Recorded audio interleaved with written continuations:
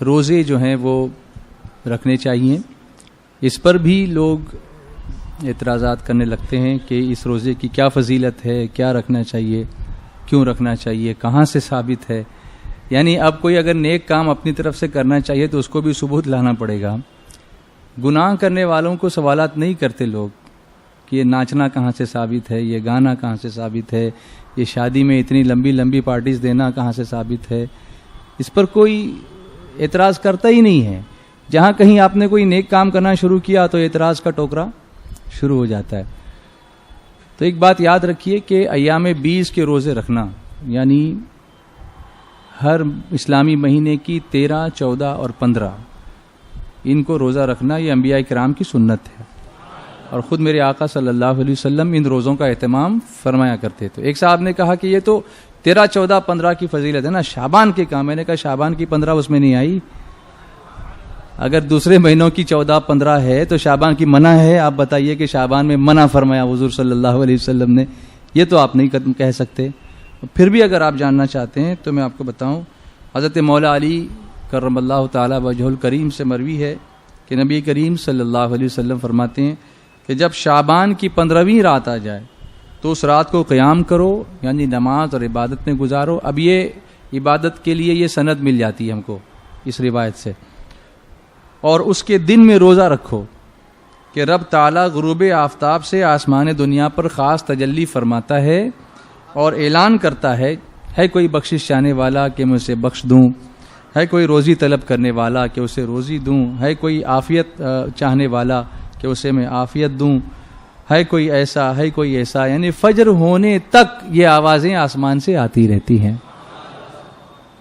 اب اس پر ایک اعتراض اور لے کر آ گئے کہ یہ تو روز ہوتا ہے, یہ آوازیں, اس میں شب برات کی کیا فضیلت. تو میاں اس میں فرق یہ ہے کہ روز یہ ہوتا ہے, ہم بھی مانتے ہیں اس کو, لیکن یہ روز ہوتا ہے صبح صادق کے وقت, روز ہوتا ہے صبح صادق کے وقت, اور اس وقت اکثر لوگ نہیں جاگے ہوتے. وہ تو کچھ خاص اللہ کے بندے ہوتے ہیں جو ایسے وقت میں اٹھتے ہیں اور اس وقت دعائیں کرتے ہیں, ان کی دعائیں قبول ہوتی ہیں. اللہ نے ایک رات ہمارے لیے عطا فرمائی گنہگاروں کے لیے. وہ کریم ہے نا, وہ جانتا ہے کہ یہ سب صبح صادق کے وقت نہیں اٹھ پائیں گے, جاگ پائیں گے, تو سال میں ایک رات ایسی دے دوں کہ مغرب سے ہی میری آوازیں یہ سنیں, اور سنیں نہیں تو اس کو محسوس کریں میرے محبوب کے ذریعے, اس حدیث پاک کو سنیں اور اس کے ذریعے سے اپنے آپ کو آمادہ کریں کہ ہم مغرب کی نماز کے بعد ہی سے عبادت پہ لگ جائیں گے. تو یہ اللہ کا خاص کرم ہے گنہگاروں پر کہ عصیاں سے کبھی ہم نے کنارہ نہ کیا, پر تو نے دل آزردہ ہمارا نہ کیا. ہم نے تو جہنم کی بہت کی تجویز, لیکن تیری رحمت نے گوارا نہ کیا.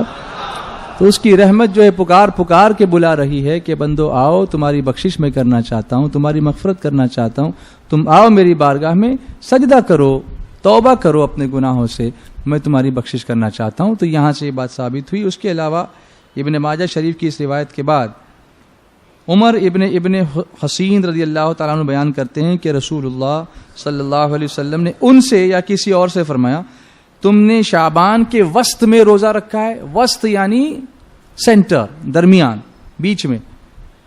انہوں نے کہا نہیں. تو میرے آقا نے فرمایا عید کے بعد تم 2 روزے رکھ لینا, اگر ابھی نہیں رکھا ہے تو بعد میں رکھ لینا. اس سے بھی پتہ چلا کہ شعبان کے وسط کے روزے کی فضیلت ہے, اور اس کے ایک روزے کے بدلے بعد رمضان میرے آقا نے 2 روزے رکھنے کا حکم دیا, اور وسط شعبان سے 15ویں شعبان ہی مراد ہے. اس سے بھی 15 تاریخ کو روزہ رکھنے کی فضیلت ثابت ہوئی. کیا زمانہ آ گیا ہے کہ ہمیں روزہ رکھنے کے لیے فضیلتیں بیان کرنی پڑ رہی ہیں. رکھنا چاہیے نا, تو اس کے لیے اب کنوینس کرنا پڑے گا لوگوں کو کہ بھئی یہ اتنا ملے گا اس لیے رکھو, اللہ کو راضی کرنے کے لیے رکھو. سرکار علیہ الصلوۃ والتسلیم سے یہ بات ثابت ہے کہ حضور رحمت عالم صلی اللہ علیہ وسلم ماہ رمضان کے علاوہ اگر کسی مہینے میں زیادہ کثرت سے روزے رکھتے تھے تو وہ شعبان المعظم کا مہینہ تھا. ام المومنین عائشہ صدیقہ رضی اللہ تعالی عنہا نے پوچھا, یا رسول اللہ صلی اللہ تعالی علیہ وسلم, آپ اس مہینے میں کثرت سے روزے کیوں رکھتے ہیں؟ تو میرے آقا علیہ الصلوۃ والتسلیم نے فرمایا, عائشہ اس مہینے میں ایک رات ایسی ہے جس روز بندے کے اعمال لکھ کر کے فرشتوں کے حوالے کر دیے جاتے ہیں. میں یہ چاہتا ہوں کہ جب میرا اعمال نامہ فرشتوں کو دیا جائے تو روزے کی حالت میں دیا جائے, اس حالت میں ہو کہ میں روزے سے رہوں. اب علماء یہاں فرماتے ہیں کہ یہاں کوئی اعتراض کر سکتا ہے کہ اعمال نامہ تو مغرب کے بعد دیا جاتا ہے شب میں, اور رات میں تو روزہ ہوتا نہیں, تو پھر روزے کی حالت میں اعمال نامہ کیسے دیا جائے گا؟ تو میرے آقا علیہ الصلوۃ و تسلیم کے فرمان کا مطلب یہ ہے, علماء فرماتے ہیں, اس کی تشریح فرمائی علماء کرام نے, کہ روزہ تو مغرب کو افطار ہو گیا, لیکن اس کی برکتیں رات بھر اللہ تعالیٰ عطا فرماتا رہتا ہے. ایک بار اور بولیے, اور محبت سے بولیے. تو اچھے کام کرنے کے لیے دلیلیں لانے کی ضرورت نہیں ہے, بلکہ اس کو کرنا چاہیے, اپنے دل سے کرنا چاہیے. اگر کوئی روزہ رکھ رہا ہے تو اس میں ایک بات عرض کرتا ہوں, کئی جگہوں پر لوگ جو ہے وہ, اب آپ دیکھیں کہ بات کروں گا تو لوگ کہیں گے تنقید کرتا ہے. مدینہ منورہ میں آخری 10 دن میں ماہ رمضان میں تراویح کی نماز کے بعد رات کو 1 بجے ایک جماعت اور قائم کی جاتی ہے جس کو صلاۃ اللیل کہتے ہیں, اور وہ جماعت سے پڑھی جاتی ہے. کوئی بتا دے کہ کیا رسول کریم صلی اللہ علیہ وسلم نے تراویح کی نماز کے بعد پھر اس نماز کو باضابطہ پورے 10 دن پورے اہتمام کے ساتھ جماعت سے پڑھا ہے؟ پڑھی جاتی ہے, آج بھی پڑھی جاتی ہے. تو آپ کرو تو دلیل نہیں دینی پڑے, ہم کریں تو دلیل دینی پڑتی ہے.